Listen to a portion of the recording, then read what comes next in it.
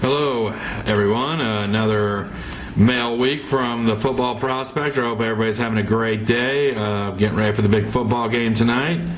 Bama versus Clemson. Should be a good game, so I'm excited to get after it, but I'm more excited to get to the mail that I've got this week. It's been a pretty good week on eBay, but that's where I get most of my cards. I don't win as much as I like, but I still win quite a bit. Saturday was kind of a tough day. I lost a few real PC items that I was hoping to win, and just got outbid. It happens sometimes, unfortunately, but it's the way of the world. You win some, lose some, but let's get into the map.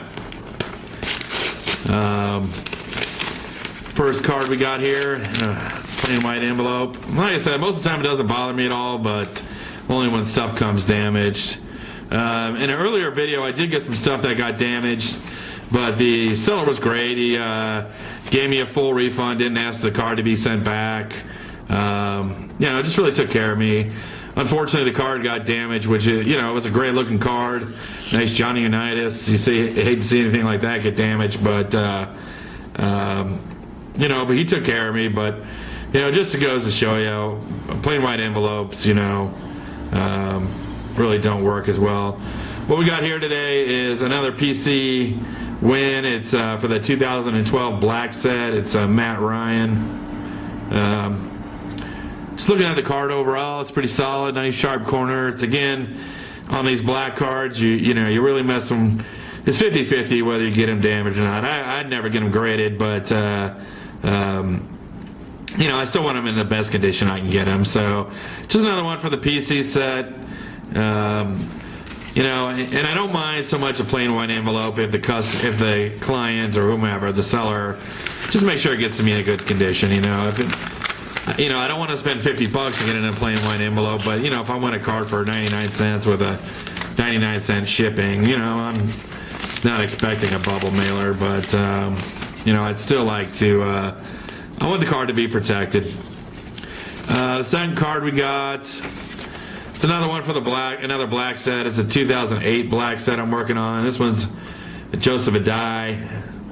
Man, he was such a good player. He's one of my favorites. Nice card number out of 42. Hopefully that's some tape there, but once we get into it, once we unsleeve it, we'll see what kind of what kind of damage, if there's any. But 2008 by far was the most difficult black set to get in, all the cards without chipping or soft corners. I don't know what Topps did that year. I really think this is probably out of really the modern, and I consider the real modern and the new modern, 2005 to 2015.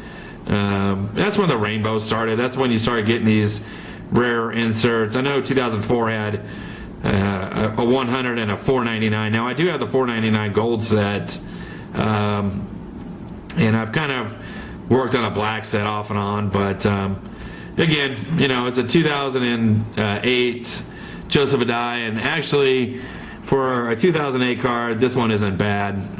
You can see a little chipping on the sides, but again, for this set, everything, it's just one of those sets where it just wasn't made very well. I don't know if they had a printer group working on their stuff or what, but that set, you can see a dramatic difference between that and the 2009 set. Just the quality of the photos, the quality of the cards, it's night and day difference, really.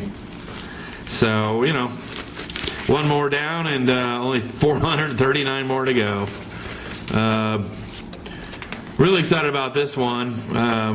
This is for the 2000 UD exclusives gold set. I wish I would have got my little black towel I used to keep the reflection off the stand, but as you can see, it's really reflecting there pretty badly. But Sean Alexander, rookie card, numbered to 25. Let's see what number it is. 18 out of 25. You can see it right. If I can get in here. Yeah, my reflection of my camera's killing me today, but a pretty nice card. I didn't pay very much. Back in the day, this this would have been a pretty expensive card, but for some reason, people just forgot about Sean Alexander, and he was a great player. And honestly, I think his cards are way undervalued. He just had some amazing years in Seattle, and I'm really surprised he doesn't sell for more. But I'm glad he doesn't sell for more because I can just pick more up. I'll probably be able to put that set together, all but the Brady. I've seen the Brady. There's one that's floated around, numbered to 25, and that's his rookie year. And I've seen it finish no less than $1,000. And that one has, the one that sold for $1,000, the corners just were mangled on it. Still, people were paying $1,000 for it. But this should be the real highlight of my mail week. Kind of blew the bank on this one for me.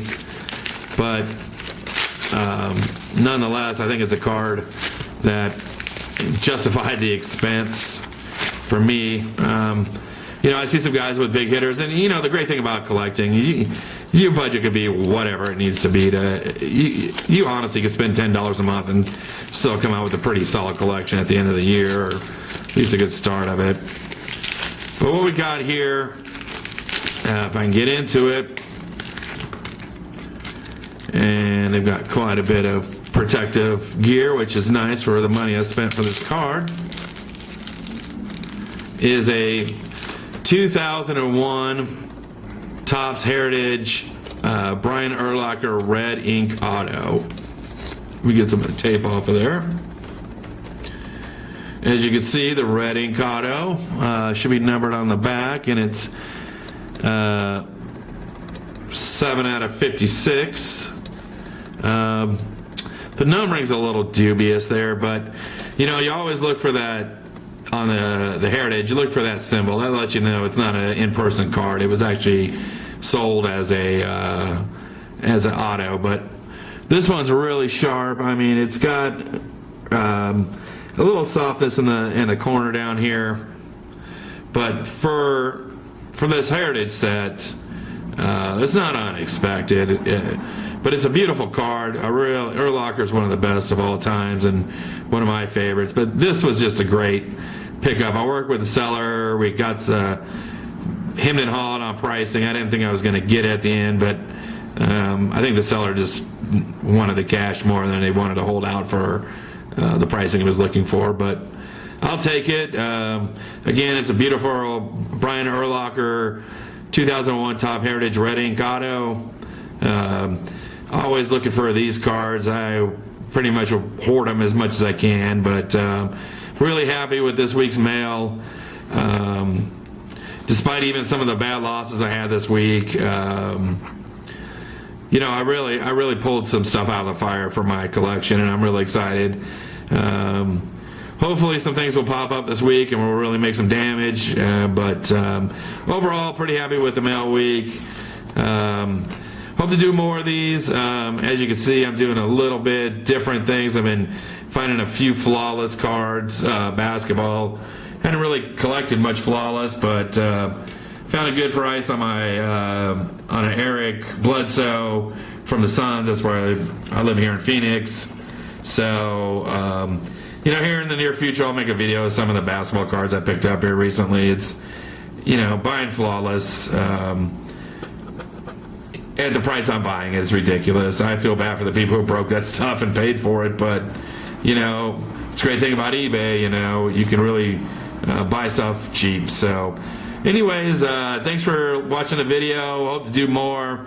Have any questions, leave a comment in the comment box down there.